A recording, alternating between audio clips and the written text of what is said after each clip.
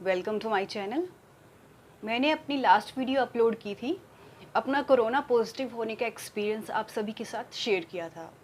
और मेरी आज की जो वीडियो है वो श्रीहान से रिलेटेड है कि कैसे पॉजिटिव पेरेंट्स के साथ रहते हुए भी श्रीहान की जो रिपोर्ट्स है नेगेटिव कैसे आई थी, उसके लिए हमने क्या क्या किया था, ये सब मैं आपको इस वीडियो में आज बताने वाली हूँ। तो वीडियो को एंड तक ज़रूर देखिएगा। तो सबसे पहले मैं बात करूँगी सिम्टम की। ऐसा क्या हुआ था कि हमने श्रीहान का कोरोना टेस्ट करवाया था। क्यों हम इतना रिस्क लेके श्रीहान को कोरोना सेंटर में लेके गए इतनी भीड़ में, और इस कोरोना का हमने टेस्ट करवाया था। तो उसके पीछे कुछ रीज़न्स थे। तो सबसे पहले सिम्टम की बात करती हूँ मैं। जो श्रीहान में जो हमें सिम्टम दिखाई दिए थे, जब हमें फ़ीवर आना शुरू हुआ था मेरे हस्बैंड को, तो 2 दिन के बाद श्रीहान को भी फ़ीवर आ गया था। फ़ीवर 99.2 और 5 के बीच में रह रहा था। और जो श्रीहान की एक्टिविटीज़ हैं वो रेगुलर डे की तरह नहीं थी। जो ये एक्टिविटीज़ करता है, खेलता है, ये लेस एक्टिव हमें दिख रहा था। और ये जो खाना है वो भी अच्छे से नहीं खा रहा था, जो उसकी डाइट है वो प्रॉपर फॉलो नहीं कर रहा था, यहाँ तक कि ये दूध भी नहीं ले रहा था। और इसको लूज़ मोशन शुरू हो गए थे। तो ये जो सिम्टम थे, हमने जब सबसे पहले हमने डॉक्टर को कॉल किया तो उन्होंने हमें बताया कि ये जो सिम्टम दिखाई दे रहे हैं, क्योंकि आप बता रहे हो, पेरेंट्स भी आप अच्छा फील नहीं कर रहे हो, फीवर आ रहा है और हो सकता है कि आप कोरोना पॉजिटिव हो सकते हो, तो और आपका बेबी भी कोरोना पॉजिटिव हो सकता है। तो ये सिम्टम सही नहीं है। हमें प्रिस्क्राइब किया था वो था जिंक इम्यूनिटी बूस्टर। ये हमने 1 वीक के लिए कंटिन्यू इसे दिया था और उसके बाद हमने इसे वीकली देना शुरू कर दिया था। ORS का पानी हम इसे रेगुलर दे रहे थे। पूरा दिन भर हमने इसे वही दिया जो कि डिहाइड्रेट इसको रखे और इसको पानी की कमी शरीर में ना हो, क्योंकि इससे साथ में लूज़ मोशन भी थे। नोवामैक्स उन्होंने हमें प्रेस्क्राइब की और ये थी फीवर के लिए। तो नोवामैक्स फीवर के लिए थी, लेकिन ये 100 से अबव फीवर होता तभी हमें इसे देनी थी। लेकिन श्रीहान को जो फीवर है 100 से अबव नहीं गया था, तो हमने इसे वो मेडिसिन नहीं दी थी। प्लस हमने इसे स्टीम भी दी थी।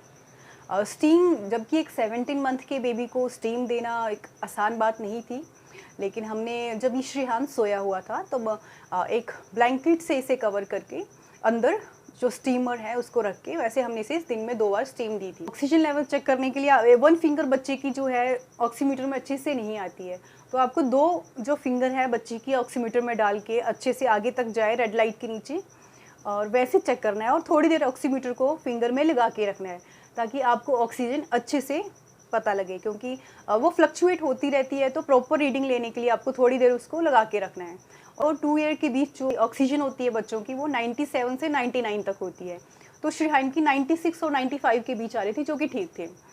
अब था कि इसका टेम्परेचर चेक करते रहना, और टेम्परेचर भी आपको जो थर्मामीटर है सबने अलग होने चाहिए। किसी का भी थर्मामीटर एक दूसरे को यूज़ बिल्कुल मत कीजिएगा इस टाइम पे। तो जो हम थर्मामीटर यूज़ कर रहे थे, हम मर्करी वाला थर्मामीटर यूज़ कर रहे थे और उसी से इसका टेम्परेचर चेक कर रहे थे।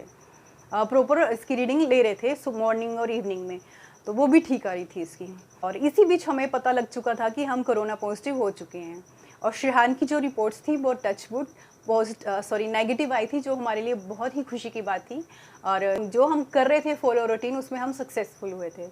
और जो इस टाइम पीरियड में हमने जो डाइट प्लान श्रीहान के लिए फॉलो किया था वो था, हम इसे मिल्क दे रहे थे कच्ची हल्दी के साथ, नींबू पानी दे रहे थे वार्म वाटर के साथ, और दिन में हम इसको जो पानी पीता है गर्म ही दे रहे थे, और दालें ज़्यादा दे रहे थे हम, और सिट्रस फ्रूट भी खिला रहे थे, जूसेस भी दे रहे थे। जितना ये डाइट इसकी रेगुलर होती है उसमें हम ये सारी चीज़ें ऐड करके ही इसे दे रहे थे। उनके साथ हम श्रीहान को 2 टाइम के लिए काढ़ा भी दे रहे थे, और जो काढ़ा है हम उसे खुद बना के दे रहे थे। बाज़ार से रेडीमेड काढ़ा हमने नहीं लिया हुआ था। हम इसमें इलायची, पुदीना और तुलसी डाल रहे थे, और 2 टाइम इसे थोड़ा सा काढ़ा दे रहे थे। और क्योंकि बच्चे काढ़ा नॉर्मली नहीं पीते हैं, तो मैं इसे इसकी जो स्टील की बोतल है उसमें डाल के दे रहे थे ताकि इसे दिखाई ना दे और आराम से इसे पी ले। और बहुत भी ज़्यादा गर्म चीज़ें आपको बच्चे को नहीं खिलानी है। अगर आप गर्म कुछ खिला रहे हो तो साथ में कुछ ठंडा भी देना है, जैसे नींबू पानी, मौसम्मी, केला, ये सब चीज़ें साथ में देते रहना है ताकि वो बैलेंस बना रहे। तो ये सब चीज़ें हमने श्रीहान के साथ फॉलो किया, जो कि धीरे धीरे इसमें बहुत ये एक्टिव हो गया। तो हमारे लिए बहुत खुशी की बात थी कि धीरे-धीरे ये डाइट जो है अच्छे से खाने भी लग पड़ा था, क्योंकि पहले ये खाना नहीं खा रहा था। और जो सबसे इम्पोर्टेंट बात थी, क्योंकि बच्चे जो है बाहर प्ले करने के लिए ज़िद करते हैं, खेलने के लिए ज़िद करते हैं, तो श्रेहान में हमने नोटिस किया कि इसने ज़िद करना ही बंद कर दिया है। एक जगह बैठ के ही एन्जॉय कर रहा था, खेल रहा था, जबकि ये एक जगह बैठने वाला नहीं था। तो ये सब एक्टिविटीज़ हमने नोटिस की कि ये अच्छे से नहीं कर रहा है। डाइट प्लान भी हमने वैसे ही फ़ॉलो किया, जिससे कि श्रेहान में काफ़ी इम्प्रूवमेंट हुई। और हमारी क्या रिस्पॉन्सिबिलिटी थी श्रेहान को लेकर, क्योंकि हम कोरोना पॉजिटिव थे और श्रेहान नहीं था। तो हम ऐसा क्या करते कि श्रेहान को हम बिल्कुल सेफ़ रखते। सबसे पहला पॉइंट था कि हम श्रेहान को किसी के पास भेज सकते थे, जो कि नॉर्मली हर कोई हमें एडवाइस कर रहा था, आप भेज सकते हैं तो भेज दीजिए, ग्रैंड पेरेंट्स के पास भेज दिए या आपके नाना नानी किसी के पास भेज दीजिए। लेकिन सबसे बड़ी बात ये है कि जब से श्रेहान बोर्न हुआ है तब से कोरोना है, तो ये किसी के साथ फैमिलियर नहीं है, ये किसी के पास नहीं रहता है। तो ये बहुत बड़ा टास्क था हमारे लिए कि हम चाह के भी इसको किसी के पास भेज नहीं सकते थे। लेकिन डॉक्टर ने बहुत हमें रिलैक्स किया कि बच्चे माँ के साथ ही रहते हैं, इन्हें कुछ भी नहीं होगा। वैसे क्योंकि जो बच्चे बोर्न होते हैं तो उनके 16 मंथ तक उनको कंटिन्यू 3 मंथ के बाद वैक्सीनेशन इनकी होती रहती है, जिसकी इनकी इम्यूनिटी जो है बूस्ट होती रहती है। तो अगर इनको कोरोना हो नहीं सकता, अगर होगा भी तो नॉर्मल वायरल फ्लू की तरह होके ठीक हो जाएगा। लेकिन फिर भी आपको एज ए प्रिकॉशन जो मैं आपको बता रहा हूँ, ये आपको जो है फॉलो करना ही है। और जो ये मैं बात कर रही हूँ, मैं सेकंड वेव की बात कर रही हूँ। जो थर्ड वेव है उसमें तो डेफिनेटली बच्चों को बहुत ही हार्मफुल है बच्चों के लिए, लेकिन अभी तक हम सेकंड वेव से फेस कर रहे हैं। तो ये बहुत ज़रूरी है कि हम सेकंड जो वेव है उसको अच्छे से फेस करके उससे फाइट करें। तो ये सारी बातें मैं आपको सेकंड वेव के लिए बता रही हूँ, ताकि जो और भी बहुत सारे पेरेंट्स हैं जो अपने बच्चों को बाहर भेज नहीं सकते, या इनके ग्रैंड पेरेंट्स या नाना नानी बहुत दूर रहते हैं, और वो कपल्स जो अपने बेबी को अपने साथ ही रखेंगे और वो खुद कोरोना पॉजिटिव हैं, तो उनको कैसे अपने बच्चे का ध्यान रखना है, ये मैं उनके लिए भी बता रही हूँ। तो और जो साथ में हैं उनके लिए भी है कि आपको अपने बच्चे का कैसे ध्यान रखना है। और एज ए पेरेंट्स हमने 24 आवर्स डबल मास्क पहन के रखा। 24 घंटे हम डबल मास्क पहन के रख रहे थे, जबकि उसमें हमारी जो ऑक्सीजन लेवल है कम हो रहा था, और हमें ब्रीदिंग में भी प्रॉब्लम आ रही थी। लेकिन हमारे अंदर इतना डर हो गया था कि हम कुछ स्नीजिंग ना हो जाए, हमें कफिंग ना हो जाए रात को सोते टाइम, कि श्रेहान को वो हार्म ना करे। चाहे डॉक्टर ने जो भी कहा हो, लेकिन हमें अब खुद से प्रिकॉशन लेना ही है। और जो मैं खाना बना रही थी, हम वही खाना श्रेहान को भी खिला रहे थे, सभी हम वही खाना खा रहे थे।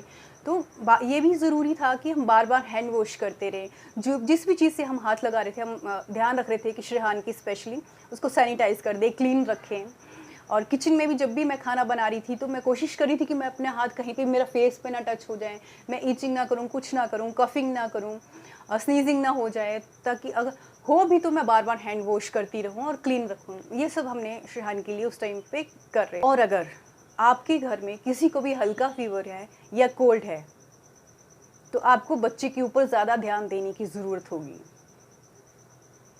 अगर बच्चे में कुछ सिम्टम दिखाई दे रहे हैं जो मैंने आपको श्रेहान के बताए, तब तो आपकी नज़र में बच्चा आ जाएगा और आप एकदम से बच्चे पे ध्यान दोगे। लेकिन अगर, क्योंकि बहुत सारी सेकंड वेव में बहुत सारी फैमिलीज़ हैं जिनको कोई सिम्टम ही नहीं है, तो आप बेबी में क्या सिम्टम देखोगे? तो आपको बहुत ध्यान से अपने बच्चे को देखना है कि वो लेस एक्टिव तो नहीं है, खाना प्रॉपर खा रहा है या नहीं खा रहा है। और सबसे बड़ी बात, आपको कई बार होता है कि बच्चों को टेम्परेचर होता है लेकिन वो बहुत एक्टिव होते हैं, वो ध्यान नहीं जाता, तो इसलिए आपको बच्चे का टेम्परेचर भी चेक करते रहना है। और ऑक्सीमीटर में ऑक्सीजन लेवल ज़रूर चेक करनी है, ये बहुत ही इम्पॉर्टेंट है, बहुत ही इम्पॉर्टेंट पॉइंट है, तो इसको बिल्कुल मत भूलिएगा।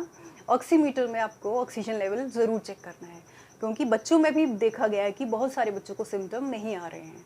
लेकिन ये तभी चेक करना है अगर फैमिली में कोई पॉजिटिव आपको लग रहा है होगा, या किसी को कोल्ड है या फीवर है, तो इन सब बातों का आपको ध्यान रखना है। तो बस यही सब बातें थी जो मैं आपके साथ शेयर करना चाहती थी, ताकि ये वीडियो किसी और के लिए, किसी और बेबी के लिए, कपल्स के लिए, फैमिली के लिए काम आए और मैं किसी की हेल्प कर सकूं। तो यही सब मुझे कहना था। सेफ़ रहिए, अच्छे रहिए। Thank you so much. Have a great time.